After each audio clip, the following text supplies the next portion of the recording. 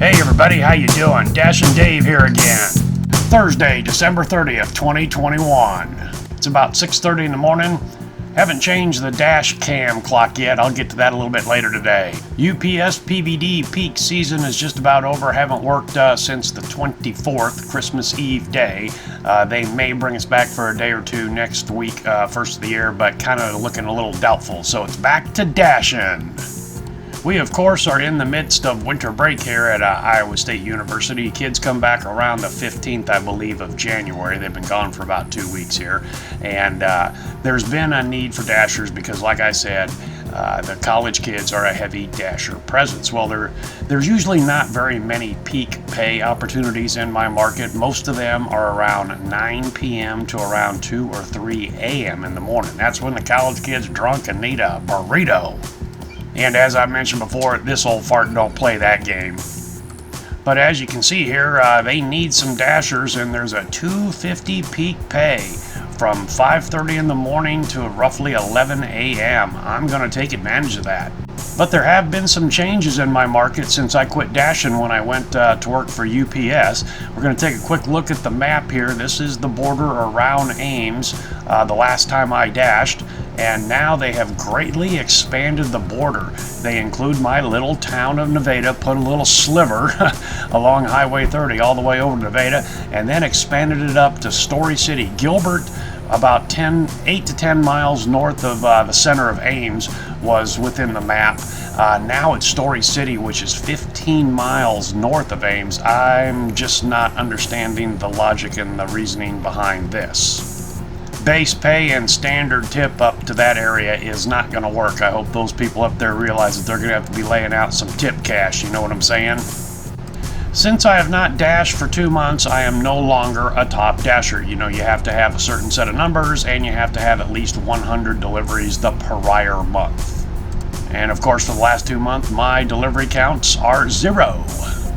So just for refresher, take a quick look at my numbers. I got a 4.96 average customer rating. You might remember that was down to around a 4.86 or even lower. Not sure what that snafu was. It was over a month into my UPS PVD when I happened to check my ratings for some reason or other here on Doordash, and they were back up to where they should.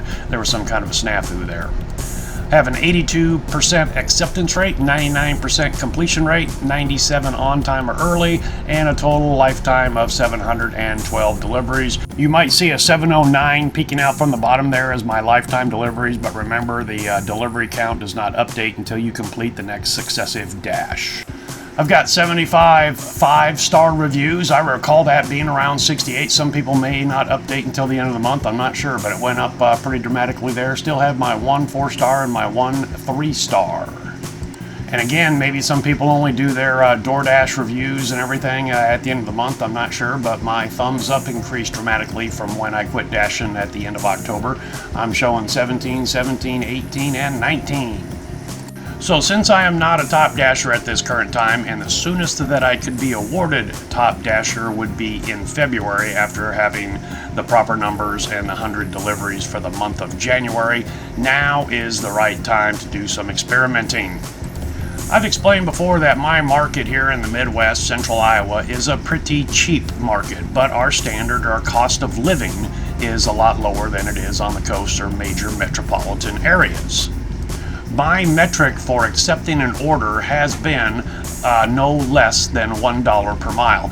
And my averages have floated around $1.36 per mile to about $1.42 per mile. I'm going to be a little more selective in my offers that I take to see if I can't bump that up some. So I've got the next 2 weeks, the first 2 weeks here in January to play around with that, and if I find that it doesn't work, then I can accept everything and real quickly get back up to quote top dasher numbers for February. And then I'm going to do some more heavy experimentation with Roadie. That's the company that UPS bought that delivers everything that nobody else delivers, and in my market that seems pretty much just to be Walmart grocery deliveries. I've done 5 of those, and that was just prior to starting up at UPS, but I'm gonna put my nose to the grindstone and see if I can't make that work. Interestingly, one of the new PVDs I met this year, he does Roadie, he does Uber, he does them all. He is a multi-app apper. And in chatting with him, it seems like the more deliveries you do with Roadie, the better opportunity you have to pick up deliveries. But even he said, you know, it's a lottery. He's been in the parking lot at the Walmart, offer comes up and he doesn't get it. Somebody who's a mile away gets it. So, you know, who knows? I don't know either. And then, as I mentioned before, we'll have to see how the Amazon Flex out of Ankeny works. That would be a 60-mile round trip for me versus a 90-mile round trip. I don't know if the numbers are going to work there, but I've got options to play with. So since Nevada is now within the zone, I've been on the clock dashing now since I rolled into town. It took about 10 minutes to get to Ames here. Park at Cabin Coffee, you can see that just up ahead there. Hoping to see if I could get an order from them. They have a pretty good base pay and with the $2.50 peak pay, but nothing happened, so I decided to roll into town. So even though there's a very generous for this time slot peak pay at $2.50, I decided to be a little picky, but as it turned out, just about every order that came my way was a very good pay, you know, for my market, you know, well over, you know, $150, $175 per mile. And so I took just about everything except I had several shop and delivers. God, I hate those, I've said before. One of them was 65 items. The total payout was $35. But you know, in the past I found the people that are ordering on the app, not everything that's on the app is in every single store. And I've just, you know, I've had shop and delivers for 7 items where 3 of the items were out of stock or simply didn't exist. You know, that $35 65 item shop and deliver probably would have taken an hour. I mean, that's still pretty damn good, you know, altogether, but you know, I declined that. I had one order that originated in Ames and went to a small town that is about 5 miles south of my little town of Nevada. Absolutely absurd. These people are expecting something from nothing. I mean, I can't remember the exact pay, but I calculated it out, and the pay per mile to the town and back would have been 32 cents per mile. Yeah, that was a decline. Same scenario a little bit later. I had an offer to drive from Ames to Boone. That would have been 20 miles. I mean, that was just ridiculous. I don't know what these people are thinking. You know, I mean, $5 to drive 30 miles. Come on. Now, here's the thing. Were there hidden tips involved with that? Were there cash tips? Here's the thing. If DoorDash, if you're listening, Tony, don't hide the tips on long mileage routes like that. People are going to decline them. Hidden tips are okay. I have nothing against them. But on long distances like that, you're actually hurting the customer. Then I had another offer. I'm not sure exactly how this could work out. There was $2.50 peak pay, and when you see the offer, that is included. It was a $3 order. I think it was a McDonald's run. McDonald's base pay is around $2 in the morning breakfast run. So how could the order be a $3 run? That meant 50 cents? You know, I just don't know. I noticed a lot of your pay is more than when you accepted the offer windows pop up when I completed delivery, and that might have been some, you know, some hidden tips, but it was, the percentages were pretty low, you know, an extra 50 cents or an extra 75, but hey, I'll take everything they throw my way. Also, during my hiatus as I was working for UPS, I had seen on YouTube and or read that DoorDash was expanding just a little bit to deliver non-food items, and I had one of those today. I'm sitting in the Hy-Vee parking lot, which is kind of in the center on the east side of town there, so I can get to a lot of the hot spots, you know, within a minute or two, and get an order to deliver a couple of games from GameStop. Since the store happened to be right across the street from me and it was about a 2-mile drive to the customer, the pay was $8. So that was $4 per mile average, pretty damn good. Talking to the kid that was running the GameStop store, I said, hey, this is my first GameStop DoorDash. And he goes, yeah, that's been pretty popular. He says, we knew that we were going to have a delivery service, but they didn't let us know it was DoorDash. And he goes, then DoorDash guys started coming in and, you know, having deliveries for us. And so I made the delivery, knocked on the door, handed it to the kid, And I was talking to the guy that, placed the order, and he said, yeah, this is pretty cool. He said, I ordered it through GameStop. I said, when did you order this? About 20 minutes ago? He goes, no, actually it was yesterday. So, GameStop may have a 24-hour shipping policy even through the Doordash. Is the game available? Is it rented out? You know what I'm saying? So anyway, he goes, no, it was yesterday. And he said, usually when I ordered a game through GameStop, it came in the mail 2 or 3 or 4 days later. Or he could go and pick it up, you know what I'm saying? So anyway, he goes, yeah, this is pretty cool. And I said, do you have the DoorDash app? And he said, no, I ordered it through the GameStop website. And I said, did you get a notification that I picked it up? And he said, yes, I did. So I said, you might want to get the DoorDash app and order through there. There might be some perks so you can adjust your tip, yada, yada. And he goes, hey, that's a good idea. Had a huge snafu earlier in the day at the Wendy's. This Wendy's here in town has been struggling. Their lobby has not been open all 2021, just the drive-through. It's been a nightmare getting orders through there. I've declined a lot of them. I mean, they're good people there. They're trying their damnedest, but apparently Wendy's pays shit and they just can't get anybody in there to work. So it's been 2 months, since I dashed and I got an order for the Wendy's.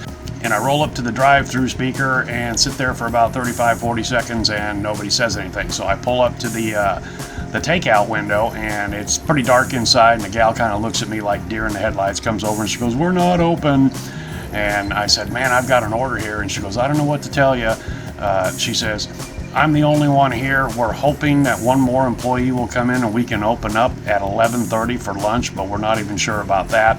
So I get a hold of the customer. He's in a meeting. He can't call me, so I'm texting back and forth. I tell him to cancel the order. He didn't do that in a timely manner, so I had to unassign it. Store closed, yada, yada, yada.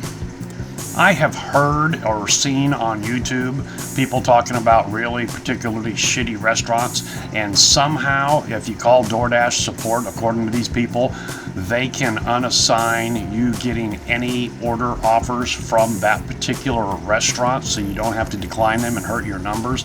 And so I'm going to call support here a little bit later and see if that is actually true. If I can get that Wendy's taken off of my list of offers, then I'm going to do it. It's just they've been struggling all year. I don't see any improvement anytime soon. Along that lines, a little later on in the afternoon, I had a stacked order from Arby's and Chipotle, which are located right next to each other on Restaurant Row there on South Duff. And again, the same scenario, 2 employees at the Arby's. I walk up to the door and I see lobby's closed, but I pull on the door and the door opens. So I go up to the counter there, and a gal's working the drive-thru, and she comes over and I said, hey, I got a DoorDash order here for, so-and-so. And she says, man, we're really short-handed. I'm the only one here, and there's a fry cook back there. And she says, I'm supposed to make you go through the drive-thru, but if you stand here quietly and not raise a fuss, she goes, I'll let you stay inside. And I said, not a problem. I am not going to be causing any issues. I said, she goes, it's going to be a while. I said, so about how long do you think? Because, I thought to myself, I can run right next door and pick up the Chipotle order. She goes, man, it's going to be about 5 to 7 minutes. And I said, honey, that is not a long wait. A few minutes later, the guy that was supposed to start shift pretty soon walked in, and then he was able to give her some help. And I was there for like 5 or 7 minutes. No biggie. Didn't cause me to be late or anything like that. This stacked order came in right at about 10:54 or something like that, just a few minutes before the peak pay ended. So I completed that delivery. It was all the way across town, and so at 11:30 roughly was when my peak delivery time ended. So I had 5 hours in. Let's take a look at the numbers. I had a total of 10 deliveries, brought in $98.75, had 50 miles, so it was $1.97 per mile and $19.75 per hour. Damn good pay. I wish they did this more often at this time slot. But as I mentioned before, with the heavy dasher presence with the college kids, there's no need to offer peak pay during the regular breakfast and lunch hours here in Ames. So I ran a few more hours up until about 2:45 in the afternoon during the lunch rush. Had a total of 19 orders. We'll take a look at the spreadsheet here real quick. So I ran a total of 7.75 hours, had a total of 19 orders that paid out $155.54. That was, 5 of those hours were at $2.50 peak pay. My hourly rate for the whole day was $20.07. I get about 12 and a half, 13 miles per gallon on Speedwagon. $2.77 per gallon is what gas cost me at Sam's Club. I had a total of 96 miles, used 7.68 gallons of gas. That cost me $21.27. My per mile average was $1.62. That is really good in my area. Over on the right now, I've got a total of 731 deliveries. My job rate average was $8.19. That's pretty damn good. Again, that's at $2.50 peak pay. Then you can see my gross pay, my taxes, my gas, vehicle expenses. When you finally break it down, it was $13.31 per hour. So let's take a look if this had not been $2.50 per job peak pay. I had 10 jobs during the peak pay time frame, so that's $25. I've taken $25 off, so my pay is now $130.54. You can see that that really affects the numbers big time, drops it down to $1.36 per mile, and at the final rate, it's $10.73 after all of my deductions and everything, my expenses. Now, I did not accept, I declined quite a few orders that were within the buck per mile, even at the $2.50 peak pay rate. So some of those, if I was following my standard dollar per mile metric, I would have taken. So this isn't a very good comparison, if you will. So, you know, the shop and delivers I would have declined anyway, but there were several jobs that I would have taken under my regular buck per mile metric. So, but anyway, you can see how that really affects everything. So the question is can I make this work in the next couple of weeks, being picky about what orders I'm going to take? You know, if I hold myself to a minimum of $1.50 average on each specific job, and then you get some of those really good jobs, you know, will the average be up around $1.60 or so, you know, yada yada, then, you know, I'm going to kind of try to stay on the east end of town and not run back and forth between east and west, you know, which I've done in the past. Keep the mileage down, you know, so I don't have that expense. It's going to be a real interesting experiment. And then roadie pays pretty good, you know, in the few jobs that I've done, so I'm going to mix it up, and I'll get back to you guys and let you know how this all works out. Have a happy and safe New Year's Eve. Here in the Midwest, we've got some blizzard weather coming through. So I'm probably taking the rest of the year off, if you will. Today is the 31st as I make this video. I was going to go run a couple hours today, but we got some snow coming in. I've got the snowblower ready, but I need to replace a headlight on Speedwagon. He needs a windshield wiper. Picked that all up yesterday. So anyway. Alright guys and gals, that's all I've got for you today. Hopefully you can take something from this video and put it to use for yourself. Thanks for coming along for the ride, and hope to see you next time.